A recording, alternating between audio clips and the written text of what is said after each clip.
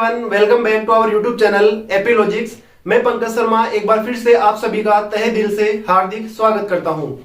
तो चलिए दोस्तों, आज वीडियो को स्टार्ट करने से पहले मैं बताना चाहता हूं कि हम क्या इस वीडियो में लेकर आए हैं। इस वीडियो में जैसे आपने थंबनेल में देख लिया होगा, यहाँ पर हम IIT JEE 2021 फरवरी के पेपर का सॉल्यूशन लेकर आए हैं। ठीक है, तो जो 23 फरवरी से 26 तक होने वाली है, जिसमें से 23 फरवरी को पेपर हो चुका है और आज 24 फरवरी में फर्स्ट शिफ्ट में जो क्वेश्चंस पूछे गए हैं, मतलब मेमोरी बेस्ड जो क्वेश्चन थे मैथमेटिक्स के, उनके बारे में इस वीडियो में हम चर्चा करने वाले हैं।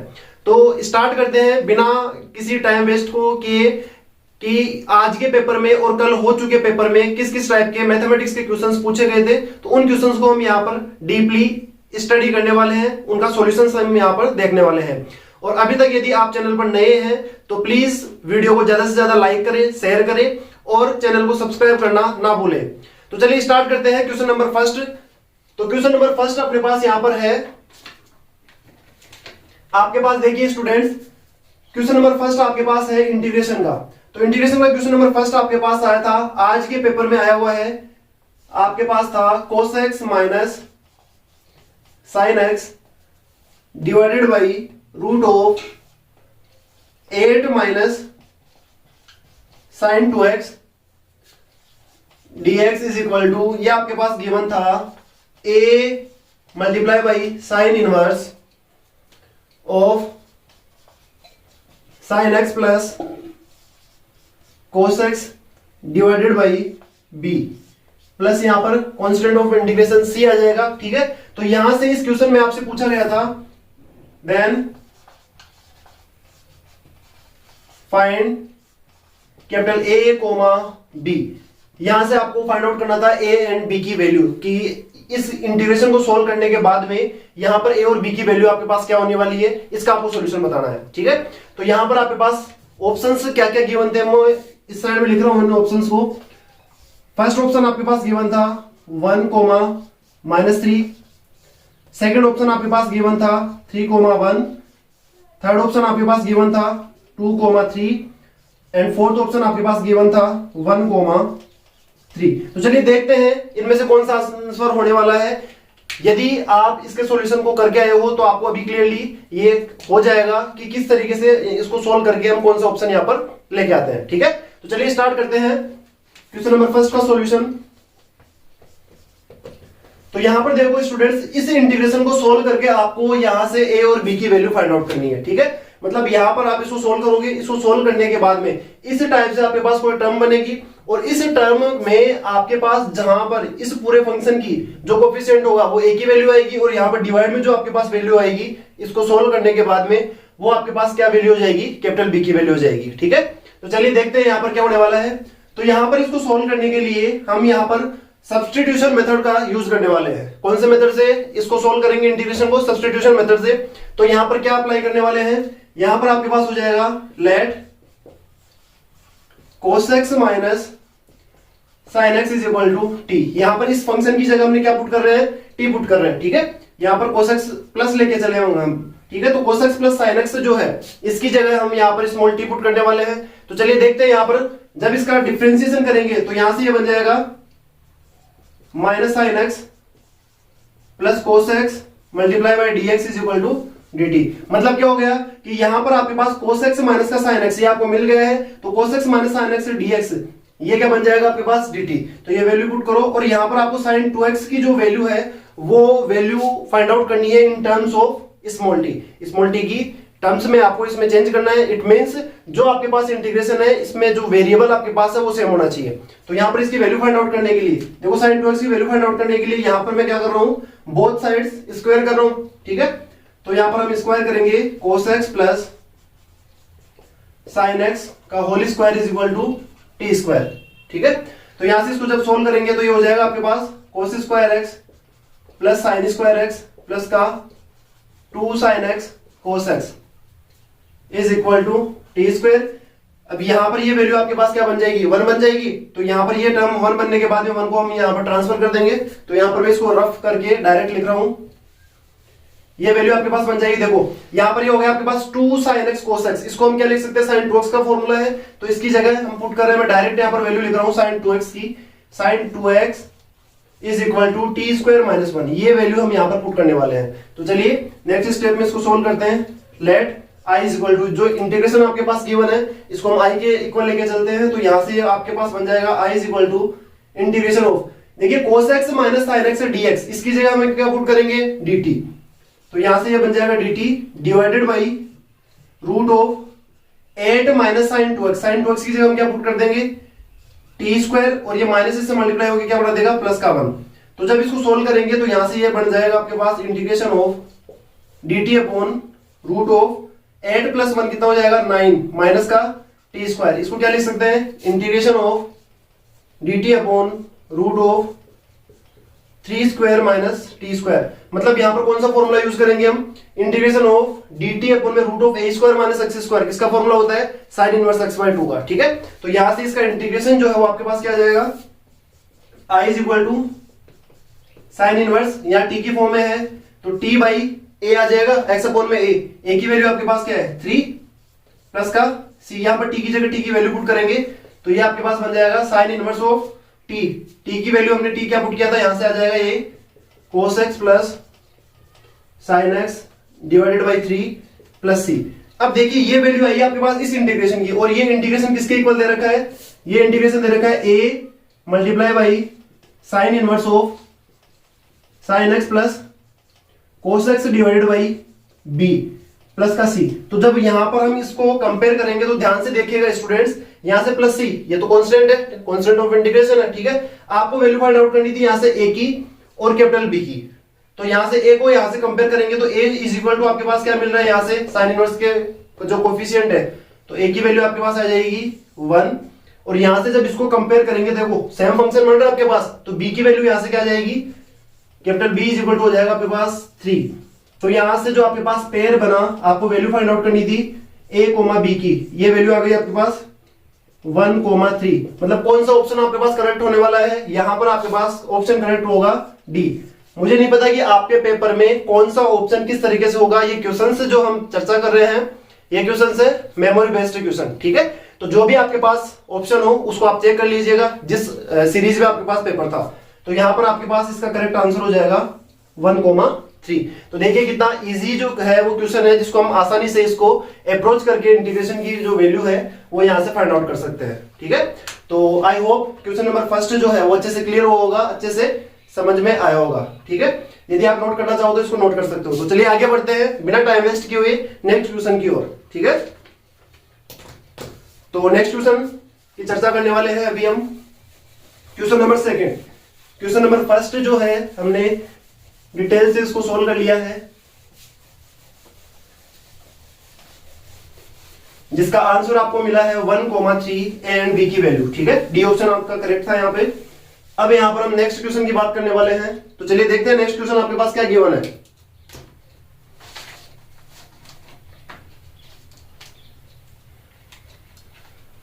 तो स्टूडेंट्स नेक्स्ट क्वेश्चन आपके पास गिवन है, एक बार फिर से इंटीग्रेशन का क्वेश्चन है जो आपके पास इस तरीके से गिवन है, लिमिट x टेंड्स टू 0, ठीक है। ये हो जाएगा आपके पास integration of 0 to x square, और यहां पर इंटीग्रेशन में ये आपके पास फंक्शन दे रखा है sine root of t dt divided by ये हो जाएगा आपके पास x3। इस इंटीग्रेशन की आपको वैल्यू फाइंड आउट करनी है, ठीक है। तो चलिए देखते हैं यहाँ पर इस इंटीग्रेशन की वैल्यू आपके पास क्या होने वाली है, इस क्वेश्चन को किस तरीके से हम सोल्व करने वाले हैं। तो ध्यान से देखिएगा, यहाँ पर देखिए स्टूडेंट्स, यदि हम यहाँ पर जो इंटीग्रेशन की जो लिमिट की प्रॉपर्टीज है उनको यूज करते हुए, जैसे यहाँ पर लिमिट की भी प्रॉपर्टीज हम यहाँ पर यूज करेंगे, ठीक है। तो जो इंटीग्रेशन हम यहाँ पर अप्लाई करते हैं, HL रूल जिसकी हम बात करते हैं, मतलब क्या हो गया, यहां से हम इसको सोल्व करेंगे तो देखिए यहाँ पर इसका सॉल्यूशन क्या होने वाला आपके पास, लिमिट x टेंड्स टू 0। यहां पर इसमें हम अप्रोच करते हैं कि यहां पर ये जो वैल्यू है इसको तो हम यहां पर भेज देते हैं, और ये वाली वैल्यू जो है इस साइड में अप्लाई होती है, ठीक है। तो देखिए यहां पर ये क्या बन जाएगा, limit x tends to 0 integration, ये आपके पास बन जाएगा 0 टू 0। जब इसको सोल्व करने की कोशिश करते हैं तो ये बन जाएगा आपके पास sine root of T divided by 0 cube. ठीक है, जब ये आपके पास ये वाली फॉर्म बनती है तो इस फॉर्म से आप क्या कह सकते हो, इस फॉर्म से हम बता सकते हैं कि जब इसको सोल्व करते हैं लिमिट की वैल्यू को तो आपके पास 0 डिवाइडेड बाई 0 की फॉर्म आपको मिलती है। और ये जो फॉर्म है ये इनडिटरमिनेट फॉर्म बोली जाती है। ठीक है, तो ऐसा हम नहीं कर सकते हैं, इस तरीके से नहीं सोल्व कर सकते हैं। तो आपके पास ये फॉर्म नहीं बने उसके लिए आपको इसको और सिंप्लीफाई करना पड़ेगा। ठीक है, तो यहां पर आप क्या करेंगे तो ध्यान से देखिएगा, नेक्स्ट स्टेप में वर्क कर रहा हूं मैं इसको सोल्व करने के लिए। तो नेक्स्ट स्टेप में जैसे हम यहां पर अप्रोच करते हैं तो ये आपके पास बन जाएगा limit x tends to 0 sine of, ये वैल्यू यहां पर पुट करेंगे तो ये हो जाएगा आपके पास रूट ऑफ एक्स स्क्वायर। ठीक है, मल्टीप्लाई में इसका डिफरेंशिएशन क्या हो जाएगा 2x डिवाइडेड बाई ये हो जाएगा आपके पास x क्यूब जो है इसका डिफरेंशिएशन हो जाएगा 3x स्क्वायर। ठीक है, ये कौन सी प्रॉपर्टी हम यूज कर रहे हैं, यहां पर हम यूज कर रहे हैं L Hôpital rule. L Hôpital rule से हमने यहां पर इसको डिफरेंशिएट कर दिया। ठीक है, ये वैल्यू लिमिट की जो वैल्यूज है उनको पुट करके फिर इसके बाद में इसको डिफरेंशिएट कर दिया आपके पास। ठीक है, इसको डिफरेंशिएट करने के बाद में यहां पर इसकी वैल्यू फाइंड आउट करेंगे तो क्या बन जाएगा लिमिट x टेंड्स टू 0। देखो इस x से एक x कैंसिल हो जाएगा आपके पास और रूट ऑफ x स्क्वायर है तो ये बन जाएगा आपके पास sin x डिवाइडेड बाई यहां से बन जाएगा x और आपके पास ये दे रखा है कांस्टेंट में 2/3 मल्टीप्लाई में। ठीक है, 2/3 आपके पास कांस्टेंट है, इसको बाहर लेके आएंगे लिमिट से तो ये बन जाएगा 2/3 limit x tends to 0 sin x divided by x। तो स्टूडेंट्स क्लियरली आप लोगों को ये पता है कि इस लिमिट की वैल्यू कितनी होती है 1 होती है। ठीक है, जब limit x tends to 0 sin x divided by x आपके पास गिवन हो तो उस लिमिट की वैल्यू आपके पास क्या होती है 1 होती है। तो यहां से आपके पास इसका सॉल्यूशन जो है वो फाइनली आपके पास क्या आ गया 2/3। यहां पर इंटीग्रेशन की वैल्यू क्या आ गई स्टूडेंट्स 2/3। तो आपके पास जो क्वेश्चन गिवन था इंटीग्रेशन का limit x tends to 0 integration 0 to x square sin root of t dt divided by x cube. इसका आपको इंटीग्रेशन जब आपने किया सोल्व किया तो एक बार आपके पास इनडिटरमिनेट फॉर्म बन रही थी, उस इनडिटरमिनेट फॉर्म को आपने हटाने के लिए कौन सा रूल यहां पर यूज किया एल हॉपिटल रूल यहां पर यूज किया है। ठीक है, उसके बाद में जैसे आपने इसको डिफरेंशिएट किया और लिमिट की वैल्यूज जब यहां पर आपने पुट की तो उसके बाद में देखो इस लिमिट की वैल्यू आपको 1 होगी, जो आपके पास फाइनली आंसर इसका निकल के आया है वो क्या हो जाएगा 2/3। ठीक है स्टूडेंट्स, तो उम्मीद करता हूं कि ये सॉल्यूशन आपके समझ में आया होगा, अच्छे से क्लियर हुआ होगा क्वेश्चन किस तरीके से इसमें अप्रोच कर रहे हैं। तो चलिए आगे बढ़ते हैं नेक्स्ट क्वेश्चन की ओर। ठीक है, क्वेश्चन नंबर 2 आपका कंप्लीट हो चुका है। यहां पर हम 2 क्वेश्चंस की बात कर चुके हैं, अब यहां पर नेक्स्ट क्वेश्चन की चर्चा करने वाले हैं, वो कौन सा होने वाला है तो ध्यान से देखिएगा स्टूडेंट्स। यहां पे आगे पीछे कुछ हो सकता है, मतलब क्या हो गया कि ऑप्शंस जो है वो अलग हो सकते हैं या क्वेश्चंस में कुछ प्रॉपर्टीज मान ले या कुछ एडिशन वगैरह इस तरीके से कुछ चेंज हो सकता है। ये सभी क्वेश्चंस जो है मेरे पास मेमोरी बेस्ड थे और मेमोरी बेस्ड के अकॉर्डिंग मैंने ये पेपर का सॉल्यूशन जो है मैं आपके सामने लेकर आया हूं। ठीक है, तो चलिए नेक्स्ट क्वेश्चन की बात करते हैं। नेक्स्ट क्वेश्चन आपके पास है क्वेश्चन नंबर 3, वो कुछ इस तरीके से होगा। क्वेश्चन नंबर 3 आपके पास गिवन है विच ऑफ दी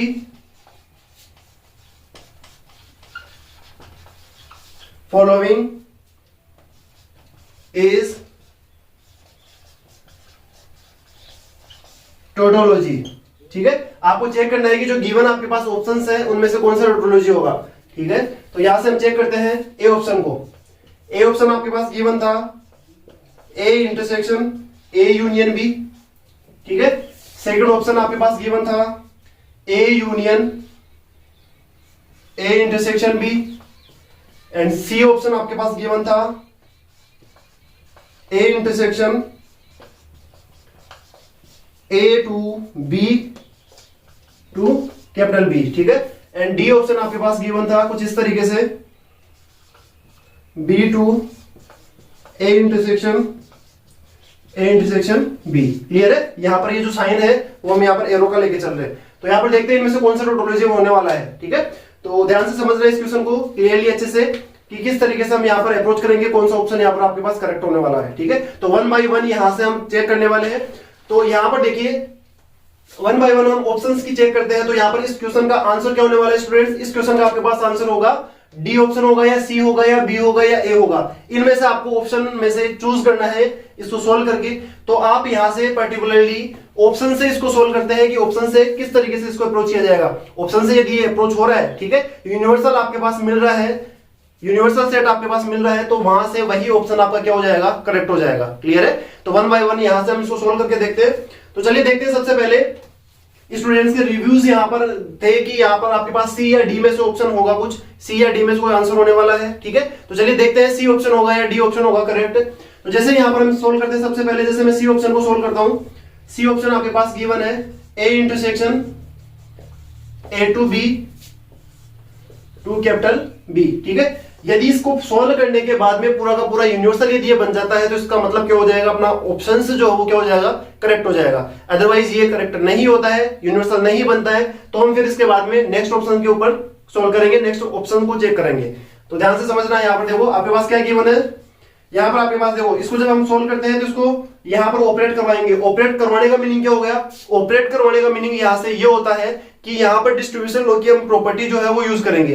तो डिस्ट्रीब्यूशन लॉ जो है वो आपको क्या कहता है, देखिए इसको जैसे इसके ऊपर ऑपरेट करवाते हैं तो ए इंटरसेक्शन क्या मिलेगा आपको, यहां से ए मिल जाएगा। क्या मिलेगा, ए इंटरसेक्शन, यहां से आपके पास मिल जाएगा ए इंटरसेक्शन, इस तरीके से होगा ये ए इंटरसेक्शन।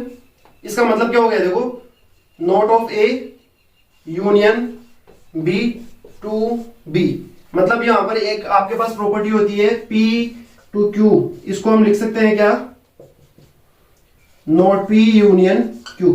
ये वाली प्रॉपर्टी जब यहां पर यूज करेंगे तो आपके पास ये आता है A intersection not A union B to कहां पर, बी के ऊपर। तो इसको नेक्स्ट स्टेप में और सोल्व करते हैं। तो अब यहां पर देखो, अब यहां पर हम कौन सा प्रॉपर्टी यूज कर रहे हैं, डिस्ट्रीब्यूशन लॉ की प्रॉपर्टी। तो जैसे डिस्ट्रीब्यूशन लॉ की प्रॉपर्टी यूज करते हैं तो ये आपके पास बन जाएगा ए इंटरसेक्शन नॉट ए, ठीक है, और ये क्या हो जाएगा, यूनियन, ये बन जाएगा आपके पास A intersection B to B. फिर इसके बाद में इसको सोल्व करो, ए इंटरसेक्शन नॉट ए, इसका मीनिंग क्या हो गया आपके पास, ये क्या बन जाएगा, phi, phi union A intersection B to capital B. जब यहां पर इन दोनों का हम यूनियन करेंगे तो आपके पास क्या मिलने वाला है, यहां पर आपके पास मिल जाएगा A intersection B to capital B. जब इस प्रॉपर्टी का हम यूज करेंगे तो यहां से हम इसको क्या लिख सकते हैं, यहां से हम लिख देंगे not A intersection B union capital B यहां से। ठीक है, तो यहां से ये आपके पास बन जाएगा finally A dash union B dash union B. तो क्लियरली यहां से आप बता सकते हो स्टूडेंट्स, ये आपके पास क्या बन रहा है, यूनिवर्सल सेट बन रहा है। और यूनिवर्सल सेट आपके पास ये बन रहा है ए डैश यूनियन यूनिवर्सल सेट। ठीक है, और ये किसके इंप्लाई होगा, यूनिवर्सल सेट के। कौन सा सेट हो जाएगा, यूनिवर्सल। मैंने आपको स्टार्टिंग में इस क्वेश्चन को स्टार्ट करने से पहले ही आपको ये बताया था कि यदि इसके ऑप्शंस को सोल्व करते हुए आपके पास यूनिवर्सल मिल जाता है, ठीक है, तो आप यहां पर ये बता सकते हो क्लियरली कि यही आपका क्या होगा, ऑप्शन होगा। ठीक है, तो स्टूडेंट्स का रिव्यू, जिस किसी ने भी यहां पर यूनिवर्सल फाइंड आउट किया था और सी ऑप्शन करेक्ट किया था, सी का मतलब जिसके जो ऑप्शन था वो आप चेक कर सकते हो। मेरे पास जो क्वेश्चन आया था उसमें सी ऑप्शन था, यहाँ पर सी ऑप्शन मिल रहा है। ठीक है, तो स्टूडेंट्स ने सी ऑप्शन के लिए रिव्यू दिया था, तो यहाँ पर जिस किसी ने भी सी ऑप्शन पे टिक किया था उनका करेक्ट आंसर है। क्लियर है स्टूडेंट्स? तो उम्मीद करता हूं कि ये जो क्वेश्चन है आपको अच्छे से समझ में आया होगा, अच्छे से क्लियर हुआ होगा। ठीक है, तो चलिए आगे बढ़ते हैं नेक्स्ट क्वेश्चन की ओर। क्वेश्चन नंबर 3 को हम यहाँ पर सोल्व कर चुके हैं। अब इसके बाद में नेक्स्ट क्वेश्चन के ऊपर बात करते हैं।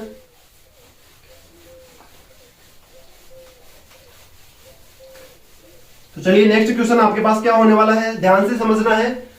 तो स्टूडेंट्स अभी तक यदि आपने चैनल को सब्सक्राइब नहीं किया है तो जल्दी से चैनल को सब्सक्राइब करें और बेल आइकन के बटन को यहां पर क्लिक करें, ताकि न्यू अपडेट्स जो है, जैसे नेक्स्ट मंथ में भी आपके पास एग्जाम होने वाली है IIT JEE की, इसके बाद में आपके पास NDA वगैरह की एग्जाम होने वाली है अप्रैल में, तो सभी के पेपर्स के सॉल्यूशंस की हम यहाँ पर चर्चा करने वाले हैं। ठीक है, तो कंटिन्यू यहाँ पर हमारे चैनल में हमारे साथ बने रहने के लिए आप चैनल को जल्द से जल्द सब्सक्राइब करें। ठीक है, तो चलिए नेक्स्ट क्वेश्चन की ओर चर्चा करते हैं। अब आपके पास एक क्वेश्चन था लिमिट के अकॉर्डिंग। ठीक है, लिमिट के अकॉर्डिंग मतलब क्या हो गया कि क्वेश्चन नंबर 4 आपके पास गिवन है। क्वेश्चन नंबर 4 आपके पास क्या गिवन है उसके बारे में हम चर्चा करने वाले हैं। क्वेश्चन नंबर 4 आपके पास क्या है, क्वेश्चन नंबर 4 आपके पास है, फिर से एक बार इंटीग्रेशन का क्वेश्चन है जो कल के पेपर में आया था आपके पास 23 फरवरी के फर्स्ट शिफ्ट में जो पेपर था उसमें आपके पास एक क्वेश्चन पूछा गया था, जो कुछ इस तरीके से आपके पास गिवन है, e⁻⁴ log x plus sin x multiply by cos x dx। इसके इंटीग्रेशन की आपको वैल्यू फाइंड आउट करनी थी। ठीक है, तो यहां पर देखो कितना इजी क्वेश्चन है। यदि आपको माइंड में ये स्लिप हो गया कि लॉग की प्रॉपर्टी क्या होती है, एक्सपोनेंशियल फंक्शन की प्रॉपर्टी क्या होती है, तो आप इस क्वेश्चन को फिर से गलत कर दोगे। तो ध्यान से देखिए यहाँ पर किस तरीके से इसको सोल्व करेंगे हम, क्या यहाँ पर अप्रोच करने वाले हैं। तो यहाँ पर यदि इस इंटीग्रेशन को मैं आई के इक्वल मान के चलता हूं, तो आई के इक्वल मानने पर देखो कैसे सोल्व करेंगे, e raise to power log, ये प्रॉपर्टी आपको क्या कहती है, ये प्रॉपर्टी यहां से इसको क्या बना देगी, e raise to power log X की जो वैल्यू है वो क्या होती है, एक्स होती है। ठीक है, ये आपके पास 1 बन जाएगा और यहां से ये बन जाएगा X plus sine x into cos x dx. तो जैसे यहां पर इसको मल्टीप्लाई करेंगे तो आई जो इंटीग्रेशन है वो क्या बन जाएगा आपके पास, x cos x dx plus का integration of sine x into cos x dx. ठीक है, तो नेक्स्ट सोल्व करो। अब यहां पर हम क्या करेंगे, आइलेट फॉर्मूले का यूज करेंगे। मतलब दो फंक्शंस यदि मल्टीप्लिकेशन में दे रखे हैं, u इंटू वी की फॉर्म में दे रखे हैं, तो उनका इंटीग्रेशन जो किस तरीके से किया जाएगा। तो यहां पर इस फंक्शन को हम सेकंड फंक्शन मान के चलते हैं, इस फंक्शन को हम फर्स्ट फंक्शन मान के चलते हैं। ठीक है, आइलेट जो रूल है आपको क्या कहता है, आइलेट रूल आपको ये कहता है कि आई का मतलब सबसे पहले आपको देखो ये एल्जेब्रिक फंक्शन आपके पास दे रखा है और ये ट्रिग्नोमेट्रिक फंक्शन दे रखा है। तो एल्जेब्रिक फंक्शन को फर्स्ट मानेंगे और ट्रिग्नोमेट्रिक फंक्शन जो है इसको क्या मानेंगे, सेकंड। इस तरीके से भी हम इसको सोल्व कर सकते हैं। अदरवाइज यहां पर आपको दोनों का इंटीग्रेशन पता है तो किसी को भी आप फर्स्ट मान सकते हो, किसी को भी आप सेकंड मान सकते हो। ठीक है, तो यहां से हम चेंज कर लेते हैं आइलेट के फॉर्म के अकॉर्डिंग। आपको कंफ्यूज नहीं होना है, मैं आपके हिसाब से यहां पर मान के चल रहा हूं। ठीक है, तो यहां पर हम इसको क्या मान लेंगे, सेकंड, और इसको फर्स्ट मान लेते हैं। ठीक है, अब यहां पर फॉर्मूला अप्लाई करो तो फॉर्मूला आपके पास क्या होता है, फर्स्ट इंटू फर्स्ट जो फंक्शन है वो एज इट इज रहेगा आपके पास, और सेकंड का आपके पास क्या हो जाएगा, इंटीग्रेशन। तो cos x का जो इंटीग्रेशन है वो क्या होता है, cos x का इंटीग्रेशन हो जाएगा sin x, माइनस का इंटीग्रेशन ऑफ फर्स्ट का डिफरेंशिएशन क्या हो जाएगा 1, और इसका इंटीग्रेशन क्या हो जाएगा sin x, इसका इंटीग्रेशन प्लस यहां से इसको सोल्व करेंगे। देखो यहां पर इसको सोल्व करने के लिए वापस से यहां पर आप आइलेट यूज कर सकते हो u into V, but ILATE use न करके यदि इससे को 2 से मल्टीप्लाई कर दे और डिवाइड कर दे तो ये बन जाएगा 2 sin x cos x dx। तो यहां से आपके पास i की वैल्यू हो जाएगी, देखो x sin x जो है इसका इंटीग्रेशन क्या होता है, x के रेस्पेक्ट में माइनस का cos x, तो माइनस माइनस क्या बन जाएगा प्लस का, ये बन जाएगा 1/2। 2 sin x cos x जो है यहां पर sin 2x का फॉर्मूला हो रहा है, तो ये हो जाएगा sin 2x dx। क्लियर है स्टूडेंट्स।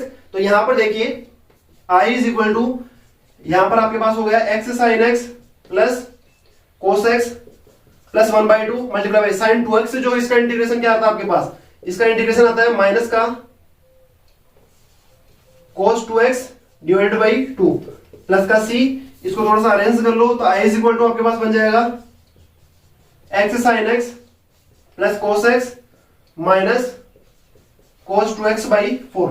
ये आपका यहां पर क्या हो जाएगा, आंसर हो जाएगा x sin x, यहां पर constant of integration plus c हो जाएगा। ठीक है, तो यहां पर इस इंटीग्रेशन की जो वैल्यू है, यहां पर इसका सॉल्यूशन आपके पास क्या आया, x sin x plus cos x minus का cos 2x डिवाइडेड बाई 4, ये फाइनली आपका आंसर हो जाएगा। तो जिस किसी के भी ये आंसर आपको मिला था कल के पेपर में, तो आसानी से उस हर एक स्टूडेंट का ये क्वेश्चन क्या था, करेक्ट था।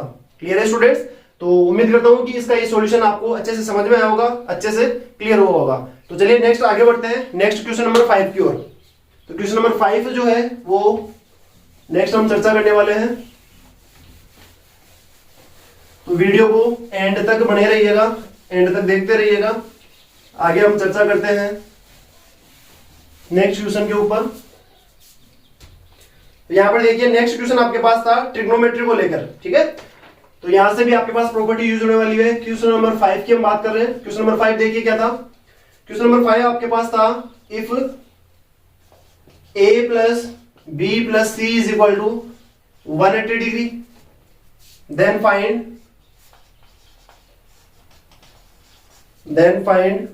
tan a plus tan b plus tan c is equal to. ठीक है, आपके पास ये कंडीशन गिवन है, a plus B plus C is equal to 180 degree, और आपको किसकी वैल्यू फाइंड आउट करनी है, then find tan a plus tan b plus tan c की वैल्यू आपको क्या करनी है, फाइंड आउट करनी है। ठीक है, तो यहाँ पर बहुत ही इजी क्वेश्चन होने वाला है। ये किस तरीके से हम यहाँ पर अप्रोच करेंगे, कैसे यहाँ पर हम सोल्व करने वाले हैं, तो ध्यान से देखिएगा। यदि आपको ये फॉर्मूला नहीं पता है तो इसको आप सोल्व नहीं कर सकते हो, ठीक है। यहां पर कौन सा फॉर्मूला यूज होगा, सॉल्यूशन की बात कर रहे हैं हम क्वेश्चन नंबर 5 के। तो देखिए यहां पर ध्यान से फॉर्मूला होता है स्टूडेंट्स, यहां पर tan a plus B plus C.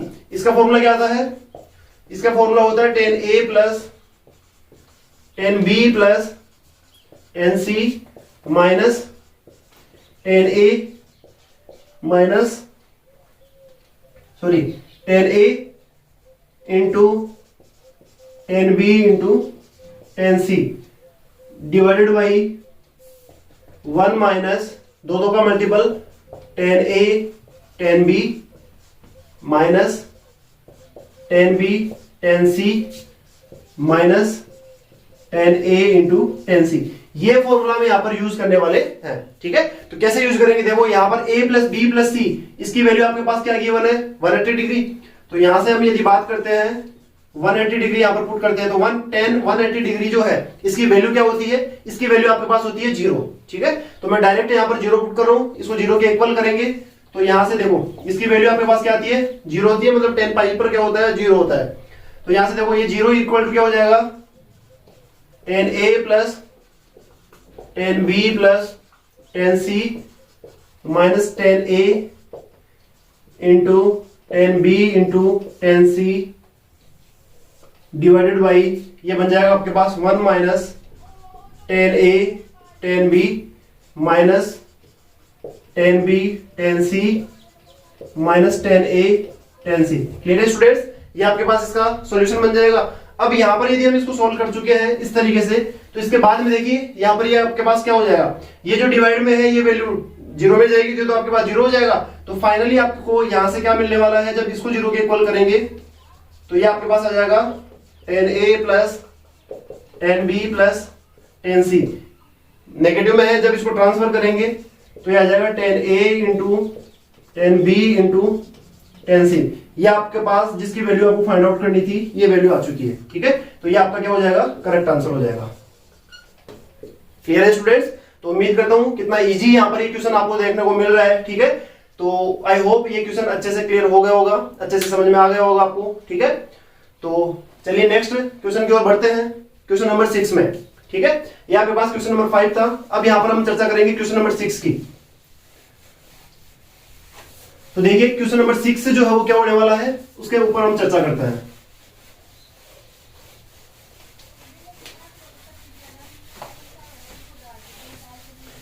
Question number 6 की यदि हम बात करते हैं तो क्वेश्चन नंबर 6 देखिए students,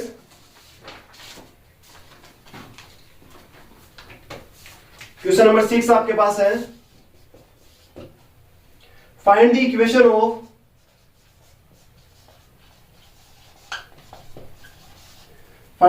of normal to the curve, find the equation of normal to the curve x square is equal to 4y which passes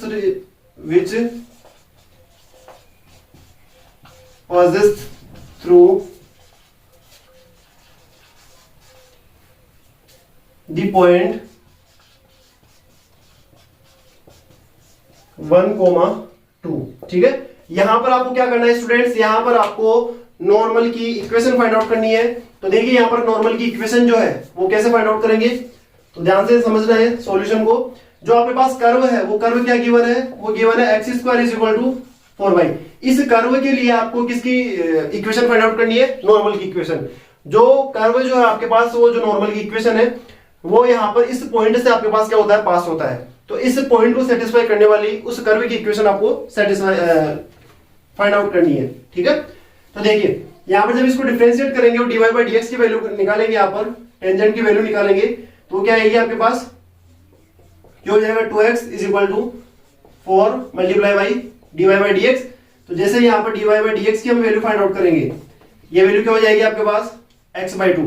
किस point पर आपको फाइंड आउट करनी है, 1,2 पर।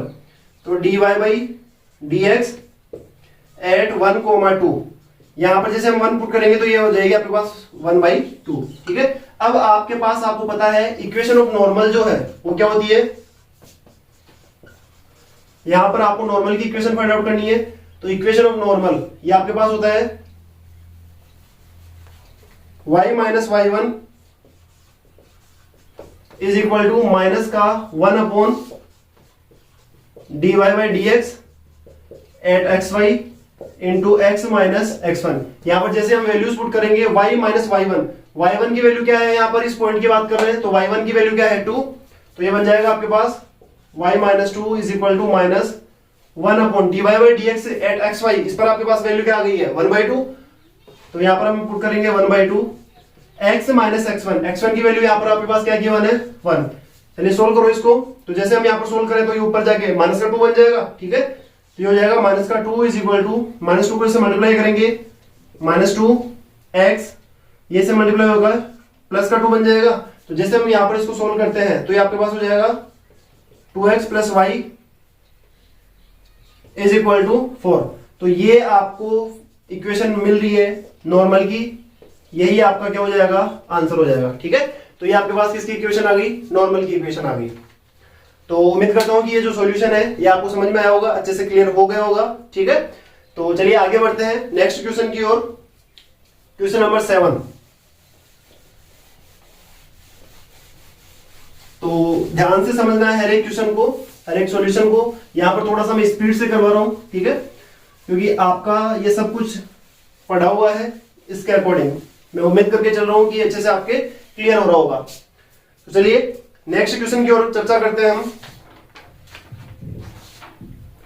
नेक्स्ट क्वेश्चन आपके पास है स्टूडेंट्स,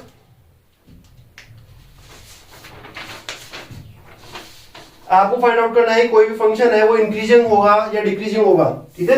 तो आपके पास यहां पर नेक्स्ट क्वेश्चन है f of x is equal to, आपके पास गिवन है 4x cube minus 3x square divided by 6 minus 2 sin x plus 2x minus 1 into cos x। then check fx is increasing or decreasing।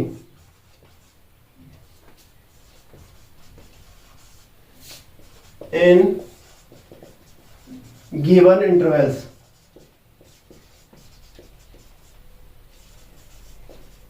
ठीक है, यहां पर आपके पास ये क्वेश्चन गिवन है, आपके पास फंक्शन दिया हुआ है इस तरीके से कुछ, क्या गिवन है function fx is given that 4x cube minus 3x square divided by 6 minus 2 sin x plus 2x minus 1 multiply by cos x। Then check increasing और डिक्रीजिंग। आपको इस फंक्शन को चेक करना है कि ये फंक्शन जो है वो इंक्रीजिंग होने वाला है या डिक्रीजिंग होने वाला है, क्लियर है। तो यहां पर देखो मैं ऑप्शन से लिख रहा हूं, ए ऑप्शन आपके पास गिवन था यहां पर increasing in interval open interval 1/2 to infinity, and second option B is decreasing, यहां पर शॉर्ट में लिख रहा हूं मैं, decreasing in 1/2 comma infinity, and third option is decreasing also in minus infinity to 1/2, and fourth option is increasing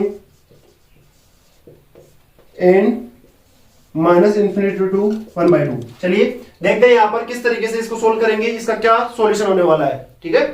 तो देखो यहां पर आपके पास, आपको ये क्लियरली पता है कि यदि आपके पास कोई भी फंक्शन गिवन है, ठीक है, तो वो इंक्रीजिंग होगा या डिक्रीजिंग होगा, उसको चेक करने के लिए यहां पर हम किसका यूज करेंगे, डेरिवेटिव का। तो यहां पर f' जो है वो फाइंड आउट करेंगे, उसको 0 के इक्वल करेंगे। तो देखते हैं यहां पर f' की वैल्यू आपके पास क्या होने वाली है।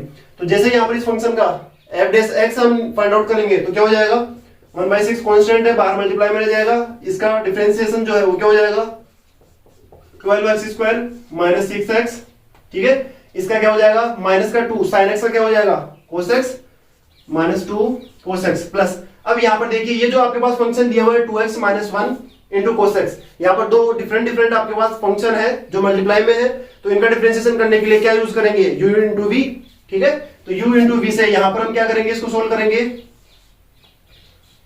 सो फर्स्ट एंड सेकंड का डेरिवेटिव क्या हो जाएगा माइनस साइन एक्स, ठीक है, प्लस सेकेंड एंड फर्स्ट का डेरिवेटिव क्या हो जाएगा 2, ये इसका 0 हो जाएगा, 2x का क्या हो जाएगा 2, क्लियर है, ये आपके पास आ गया। तो देखो ये प्लस 2 cos x, ये माइनस 2 cos x, ये दोनों तो कैंसिल हो गए, क्या आपके पास आ गया f डैश x की वैल्यू, f डैश x आपके पास आएगा, इसको जैसे हम इससे मल्टीप्लाई करेंगे तो ये कितना हो जाएगा 2x² माइनस x, यहां से आपके पास बन जाएगा plus 2x minus 1 multiply by sine x.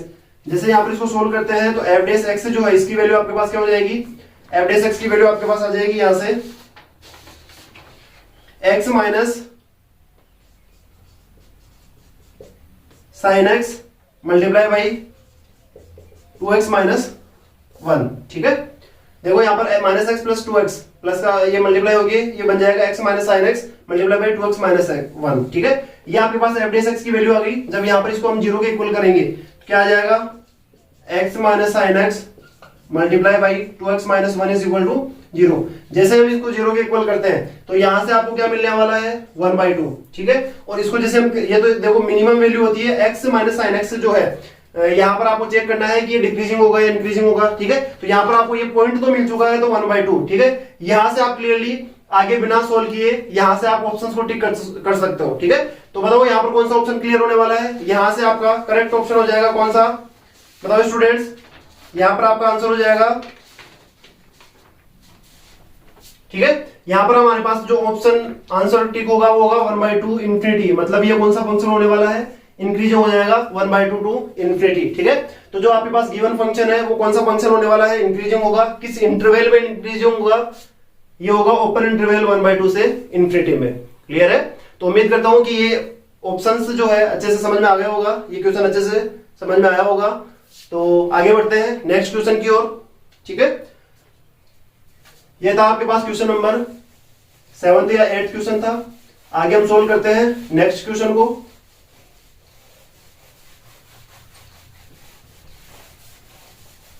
चलिए आगे बढ़ते हैं नेक्स्ट क्वेश्चन की ओर।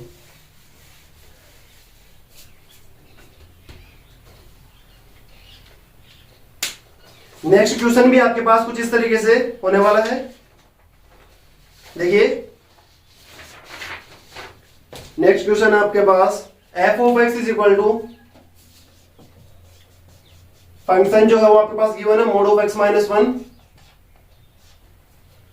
Into cos of 2x minus 1 divided by 2 multiply pi, then fx is, यहां पर आपके पास क्या ऑप्शन गिवन है, ऑप्शन यहां पर आपके पास गिवन है स्टूडेंट्स fx इज डिसकंटिन्यूअस। यहां पर आपको चेक करना है इस फंक्शन में कि फंक्शन जो है वो कंटिन्यूअस होगा या डिसकंटिन्यूअस होगा, और कंटिन्यूअस होगा तो कहां पर ये कंटिन्यूअस होने वाला है, ठीक है।